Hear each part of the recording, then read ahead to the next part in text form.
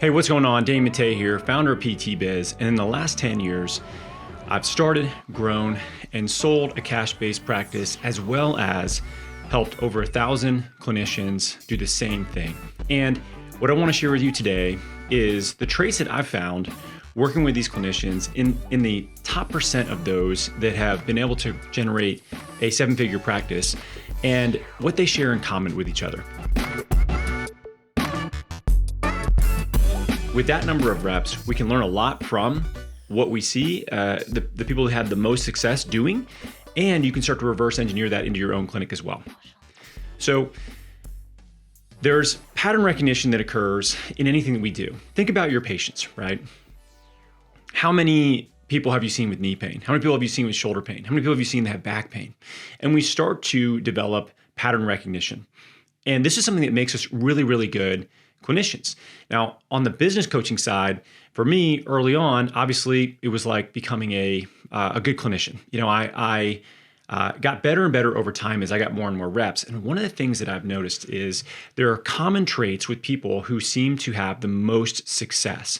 Now, everyone's situation is slightly different. And this is something I think we have to respect and keep in mind is if you have 3 kids and you're, trying to start your own clinic, your path to success might look different than somebody who is, has like no debt and is single and can work a lot more, right? And doesn't have these other obligations and things and people they have to take care of. So people may come to this from different situations or different circumstances, but the core traits that are going to lead to success that I've seen are essentially going to be the same. The timeline might vary a little bit, but developing these traits and really understanding those is what's going to help you get to that same point, right? And to have the success that you want in your business. So let's go to the iPad and let's go over these 6 key traits, because there's 6 that I've noticed, and obviously some of you may inherently start with some of these yourself. A lot of this depends on your background. It depends on previous experiences that you have. I will say one common trait that I've seen that is sort of underlines all this is people that have a bit more life experience tend to have success faster. But they've kind of earned it already, right? So what I mean by that is if you're coming straight out of school, the likelihood that you're going to have as much success as fast as somebody who has been, working in the profession for 10, 12 years and has developed a lot of skills along the way, you're going to have less likelihood of success early on than someone who's already put in a bunch of time on other things, right? So these are things that, you can't really change. Life experience is something you have to earn. It's like strength. Like someone can't do your squats for you, right? You have to do that. But it is something that if you feel like you're getting started late in the game, let's say it's been a decade that you've been in the profession and you see these people that are coming straight out of school and you feel like you're too late to be able to do your own thing. I think you may not even realize how many advantages you have as you go into business for yourself. But that sort of aside, let's get into those 6 traits. So the number one thing is resilience. And I feel like we can make this case for not just business, but like just life in general. I mean, I have 2 kids, and if there's any trait that I can help my kids hopefully develop, it is resilience. It's the ability to try things, fail at things, and be okay with that and get back up and continue to try to move towards whatever it is that they want. Now, in many cases, this is what a lot of people consider mindset. So when you hear different, personal development or business coaches talking about mindset, to me, this is what it means, right? It means being a resilient person and not shutting down as soon as, something doesn't go your way or you have some failure, or maybe you don't even know what to do next, right? And being resilient enough to say, okay, I'm going to go do this thing, even though it might not work out. I also lump this into somebody that is okay with not knowing all the answers and being able to go out and kind of figure it out as they go, right? So the resilience of everything not necessarily having to be perfect and you being able to deal with people turning you down is very important. And essentially, the reason that resilience is so important is because resilience is what's going to stop you from actually going out and starting in the first place. Resilience is what's going to stop you from trying to get that sale, from, trying to actually pitch your business to somebody. These are things we have to do in order to have a successful business. But I guess the fear, the self-doubt of what are people going to think of me? I don't want to be too salesy. I don't want to be too pushy. Like, these internal things that we say to ourselves are just what stop you from even getting started in the first place, or stop you from getting what you want in life. And this can come from childhood development. This could come through sports. This come for me. A lot of this came through the way my parents raised us, as well as my time in the military.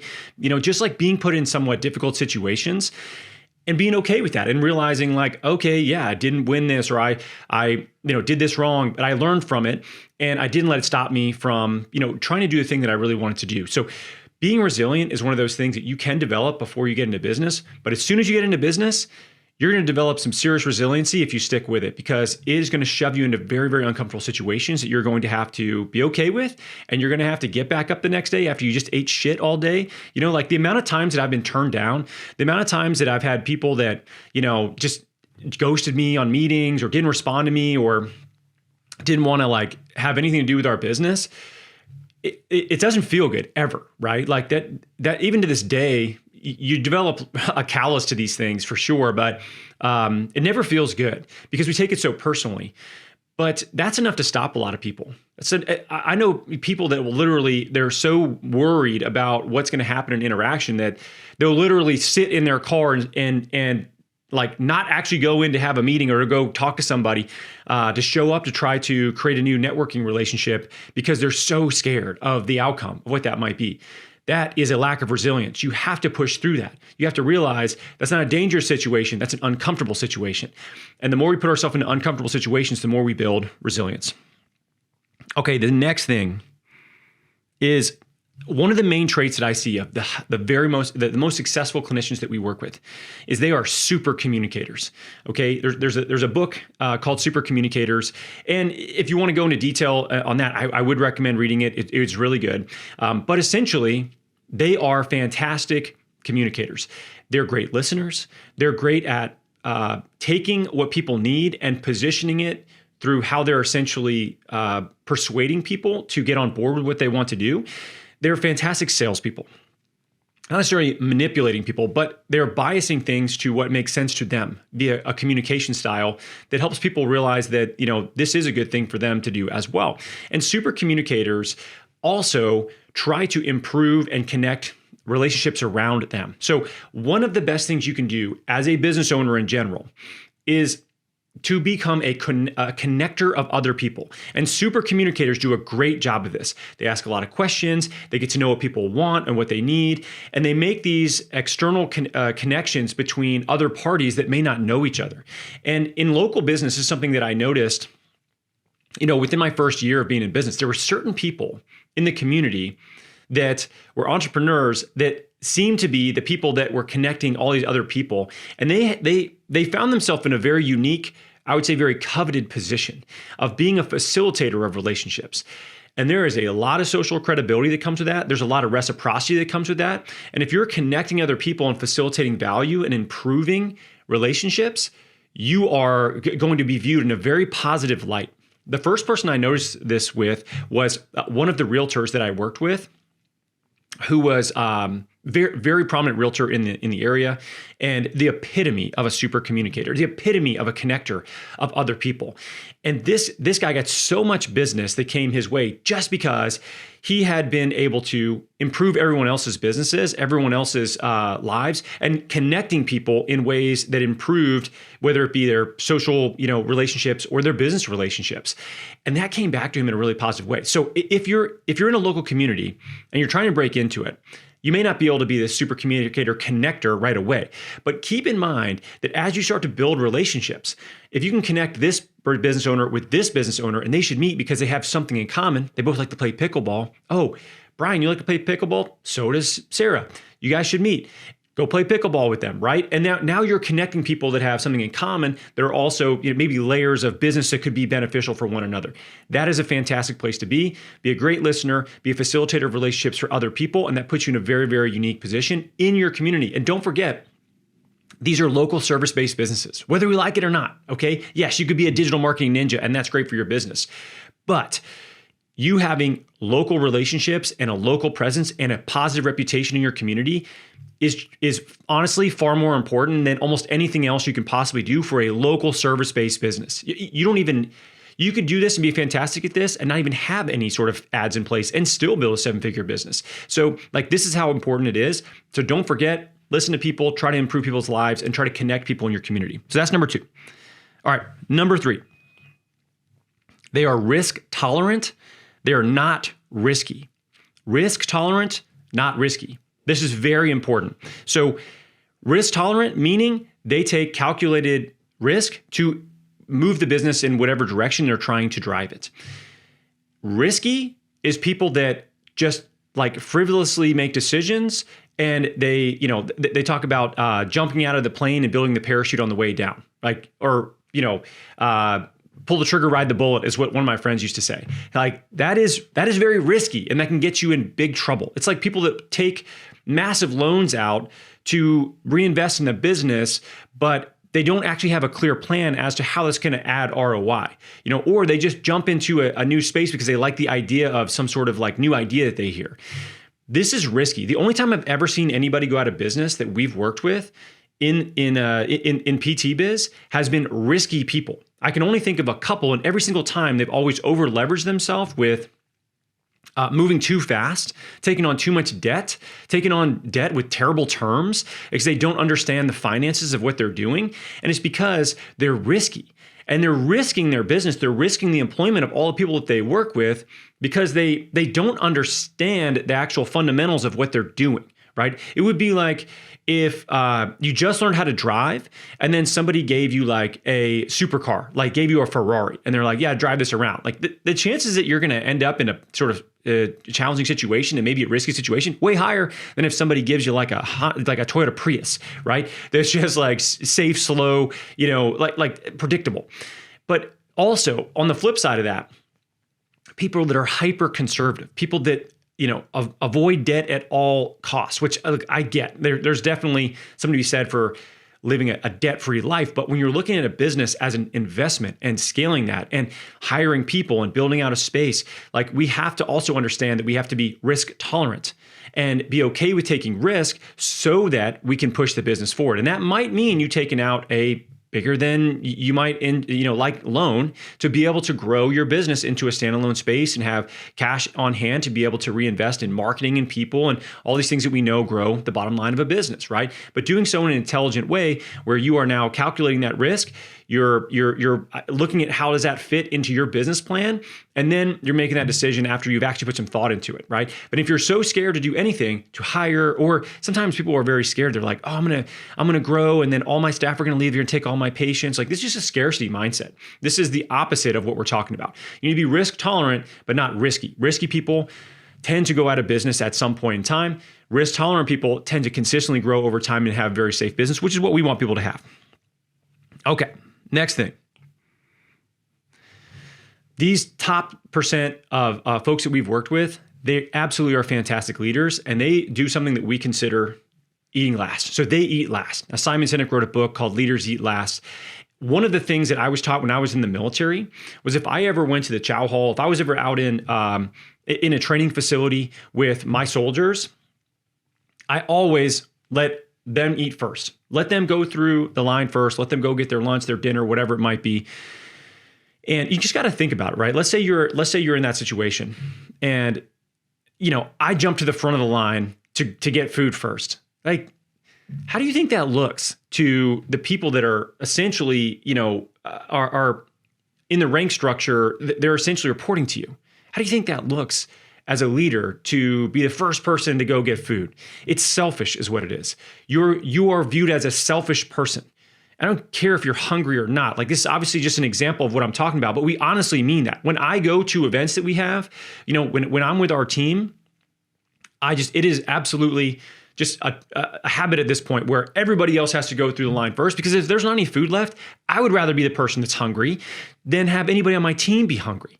And for you, as a leader, as you grow your company, you have to take the mentality of you eat last. And what I mean by that is not necessarily just is specifically eating last. In this situation, we're talking about that. What I mean by that is you serve your people first. They don't work for you. Keep that in mind. I actually fucking hate it when people say, so-and-so works for me. You work for them. It might be your business, but you are there to serve them, to empower your people, to make sure that your people have what they need, resources, support, mentorship, everything, so that they can be happy, they can do their job really well, and they can grow as a person, and they can grow in your company. And I promise you this, if you put your people first, if you make sure your people are good, you make sure your people have what they need, you make sure your people are happy and that they have a balanced life outside of your company, it is going to be the best thing for your company. You're going to have far less turnover. You're going to have a happier workforce. They're going to be more enjoyable around the clients that you work with. You're going to get more referrals. You're going to have a better culture. You're going to have more people that are going to want to come and work for you. And this can also flip and be a toxic environment.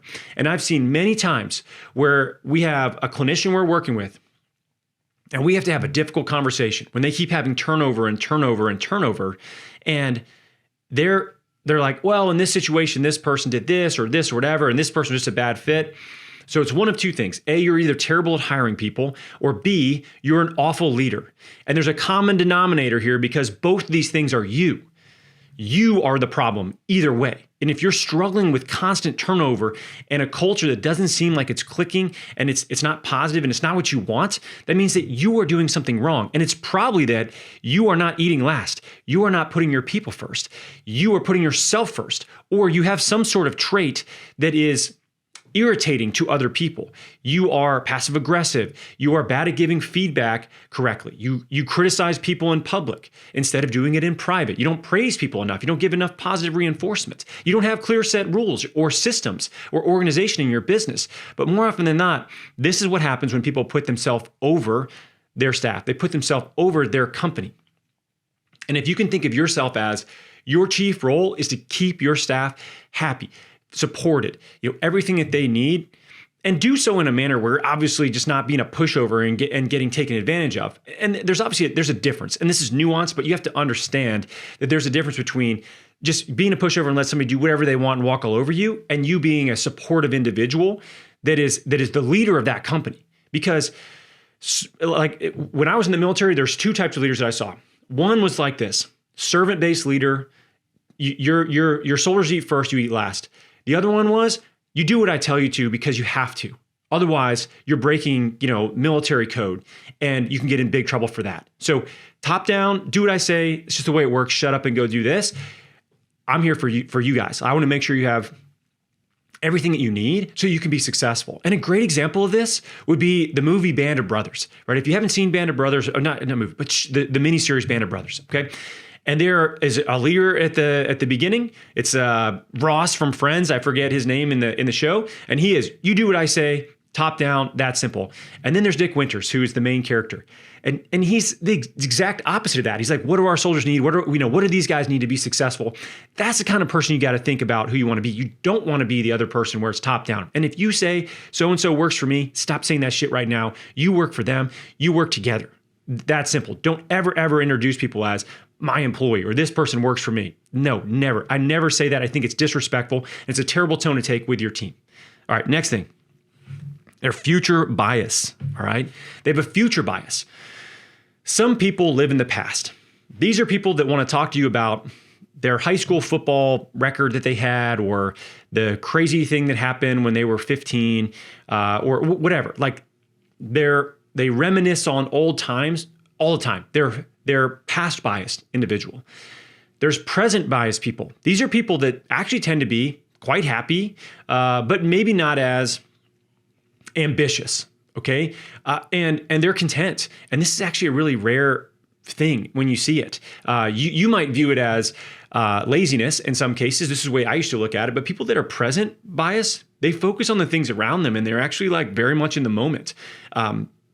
That's probably not a lot of entrepreneurs. That's probably not a lot of you listening to this. That's not me. In fact, I struggle with that, and I work really hard on trying to be more present, because that's when life is happening, right? Most of us, most people that are going to be more entrepreneurial, you have a future bias.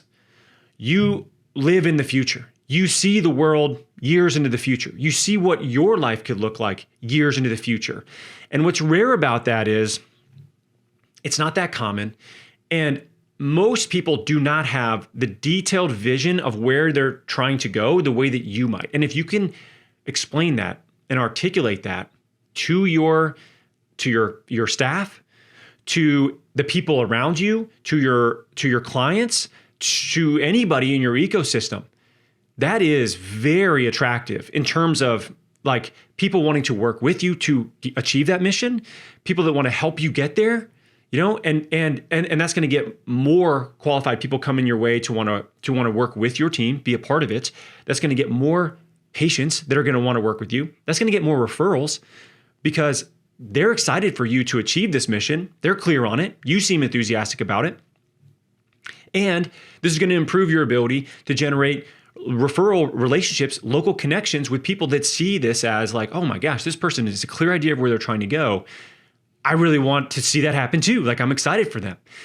This is what some of the best CEOs in the world do, right? So some of the best leaders in the world, they are very future biased and they articulate that incredibly well over and over and over and over again. And one of the things that, they say as your business grows is you go from doing everything to all of a sudden you're running the business, but really your job is the chief reminding officer.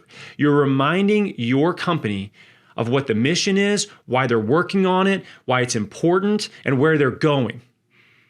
And that's exciting, especially, keep in mind, especially when you have a shitty little business in a subleased office in a gym. I've been there, okay? And I've seen people, when we have gone to like hire people, I've seen the looks on their faces, on their spouses' faces when they see what our office looks like, and they're like, this is a dump. Why would we want to come and work here?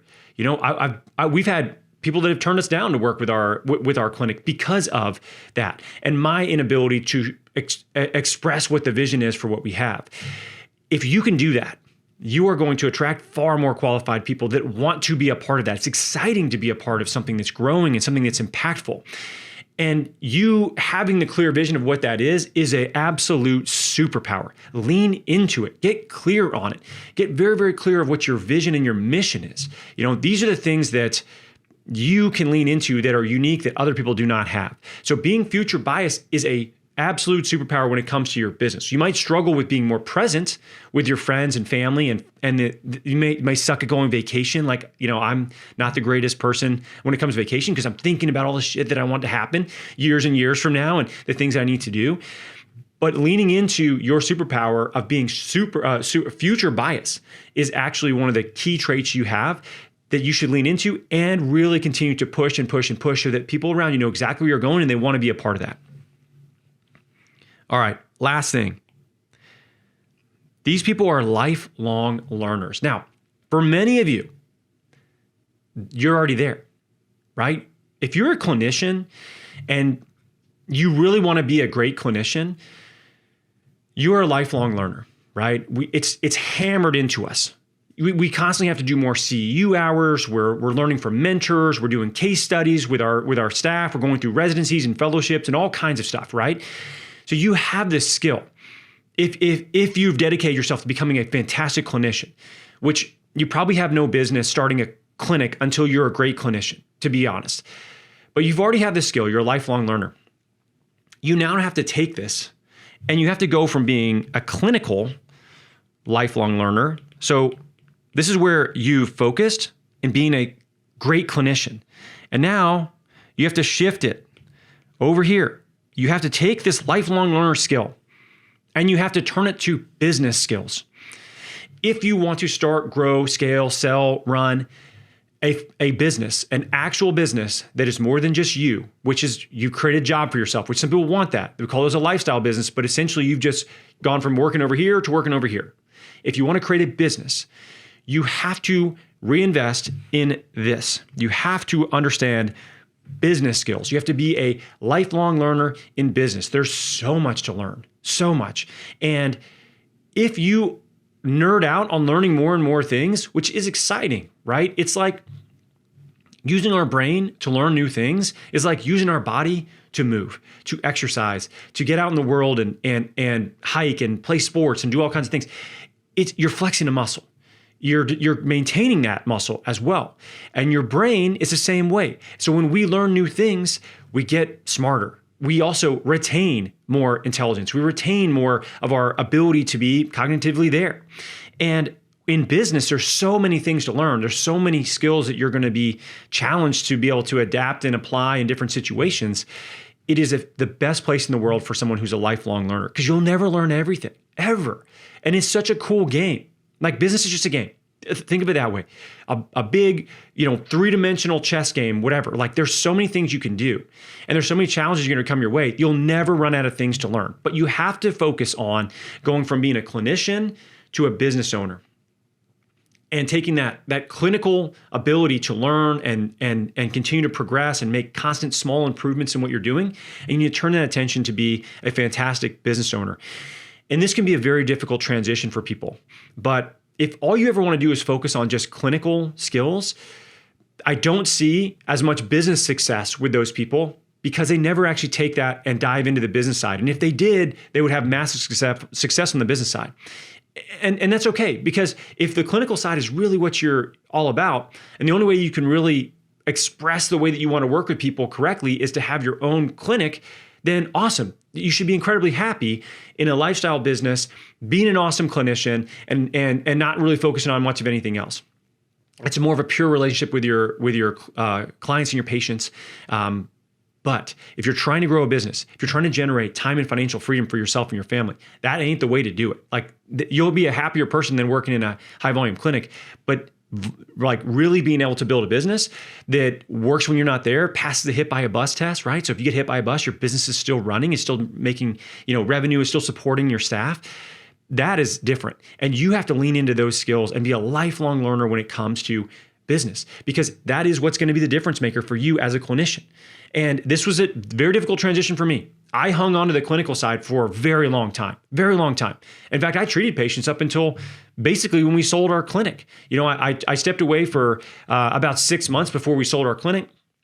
And that was hard for me to do. Like, I really liked doing it, right? But I knew the business side of things is where I had to focus. And that's meant that my clinical skills slowly dwindled to where I wasn't as effective as I would like to be, but I was way more effective as a business owner. And that's where I had more impact for what we were trying to do, right? So for you have to make that your own decision. But the lifelong learner side of the traits that we see, it has to be there for you to really be a fantastic business owner. So let's go back through these real quick. We'll summarize everything. So number one, all right, we have resilience. All right, you have to be able to be okay with getting turned down, with failing, getting out there and embarrassing yourself and not knowing if it's going to work, right? Like, don't let that stop you. That stops so many people from so much stuff, and it's so sad to see. I mean, you're not going to die. Yeah, okay, maybe you screw up, or maybe something doesn't go your way, or maybe it's whatever, something dumb happens. Get over it, man. I mean, it's gonna happen. And this ain't middle school, all right? You've got to get past the fact that people don't care about your life that much. They care way more about their life. So you should care more about your life, and don't care so much what other people think about you. And don't get embarrassed if you screw something up because you don't know what you're doing. Better to get out there and try than to not try at all.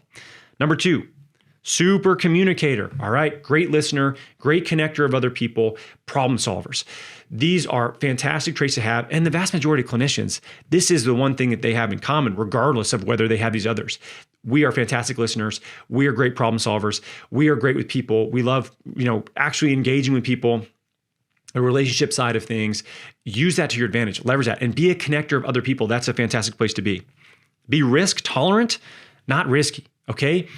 Calculated risk, understanding it, doing a good job of clearly understanding what you're doing, what the impact of that is, what's the downside risk of that, what's the upside of that, and being risk tolerant, being okay with doubling down your business, with investing in your business, viewing your business as the business that you should be investing in.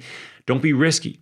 Don't take, a swing at something with literally without any thought, right? Don't over leverage yourself if you honestly feel like you have a lower chance of that success being there. I would much rather, hit a single than swing for a home run and miss as I'm growing my business, right? Because these are cash flow businesses. We are not taking on massive investors with the opportunity to build an app that we can sell for massive multiples, right? And if we fail, then we lose somebody else's money. We don't lose our money. That's what the software world looks like. I was shocked when I started learning about software, and I ended up going to Georgia Tech to be a mentor for this business program. And I couldn't believe it. Was like, wait a second, if you lose, like these investors lose their money, but you don't have any skin in the game with this? And they're like, no, it's pretty much just lost time, but it's their money. Not our businesses. These are cash flow businesses that we're bootstrapping. This is our money. So look at it that way. This is your income stream. This is how you feed your family. Don't be risky with that, but also don't be so adverse to risk that you never take a chance on growing your business. All right. Leaders eat last. Your team comes first. All right. Make sure they have what they need. Make sure they have the resources. Make sure they have the time. Make sure they have the mental bandwidth. Make sure that they're healthy physically, mentally. Make sure they have the facility that they need. Like, give them everything that they need to be successful, and they can focus on being world-class at what they do. And you eat last. Never eat before your team. That's a terrible look. It's not what you should be doing. If you ever run out of food, you should be the one going hungry, not your team. In this scenario, that also might mean money. That means your team gets paid first. And that's the way it is sometimes, right? And you'll hear other people say like, no, you should always pay yourself first. I disagree with that during growth stages. I disagree with that during times when you may have to double down on your business and reinvest in it, right? Like, you obviously want to support your family, but don't take more from your business than you absolutely need. And really, in spite of your own staff who deserves to be, taken care of so that your business can thrive and grow. And that can be a tough place to be as a leader, especially when you are hungry, or especially when you need that money. But you are the one that decided to do it. So make sure that you are, you're not cannibalizing your staff so that you can have success in your own business too fast. Make sure you're eating last. Make sure they have what they need. All right. Being future bias. You're focusing on what is possible in the next 3, 5, 10 years. You're constantly beating the drum of that. You're the chief reminding officer for your company. And this is something that is a rare superpower. And it may feel a bit redundant to you. You have to constantly remind people of like what your business is there for and what you're doing. I promise you, they need it more than you think. And the more that you constantly remind them of the mission and why they're doing it and why it's such a special thing to be a part of, the more they're going to feel like it's a special thing and want to be a part of it. The longer they're going to stay, the more people they're going to want to help, the more satisfaction they're going to have in their job as well. So don't forget, lean into your superpower of being able to see into the future and live in the future somewhat. Lean into that. Be the chief reminding officer for your company. All right. Lifelong learner. You're already there, but make sure you are shifting that from clinical lifelong learner to business lifelong learner, okay? You have to learn how to become a great business owner. Just being a great clinician is not enough if you want to grow a business. It's just that simple. It's too hard, right? It would literally be like you just trying to teach yourself how to be a physical therapist out of a book or something. Like, you have to lean into getting help, lean into learning these things, lean into mentorship, lean into getting somebody to actually help you do what you're supposed to do correctly and teach you how to do that in different scenarios, right? Like how to manage different interactions you have with your staff, how to actually break down your business financials, and are they going well, are they not? How to actually lean into marketing correctly, and to be able to evaluate a marketing plan and see if it's actually going to be ROI positive or not. How to actually develop a sales process, how to systemize your business. All these things we do not learn in school. And if you don't shift your attention to that, the furthest you'll ever get is maybe you'll have a business that's erratic at best, and it'll be stressful as hell. Most of you probably will just be in a lifestyle business that you're just essentially creating a job for yourself outside of working for somebody else. And if you lean into a business, there's so much more you can do. There's so many more people you could hire and impact and create amazing jobs for them. And so many more people in your community you can support and help in a really positive way for what we do, which is very, very valuable. So these are the 6 traits. If you don't have these right now, that's fine. Some of these you may already have. You may be like, hey, I'm resilient. Okay, I can get turned down and I get back up. Fantastic, right? But maybe you're not a great listener. You're not a great communicator. Maybe you're not very good at connecting other people. Like, think about what you can lean into. What's that first trait that maybe makes the most sense for you? And start to try to really lean into that and improve that area, right? And these are the ones that we see, like I said, across the board, that are the traits that are common in the most successful people that we've worked with. So I hope this helps you. Thank you so much for listening and for watching. If you are listening to this on the podcast and you haven't gone over to the YouTube channel, I would highly recommend it. You get to see me draw these things out. You get to see what I look like. And it's a bit more interactive. If you have a comment you want to leave, you can leave it there, which we can't do in podcasts, which one area that we really like to be able to have this back and forth conversation. And a podcast, you listen to me, it's pretty much that's it, right? And here we can at least have some comments back and forth and engage. So as always, thank you so much for listening, and I'll catch you in the next video.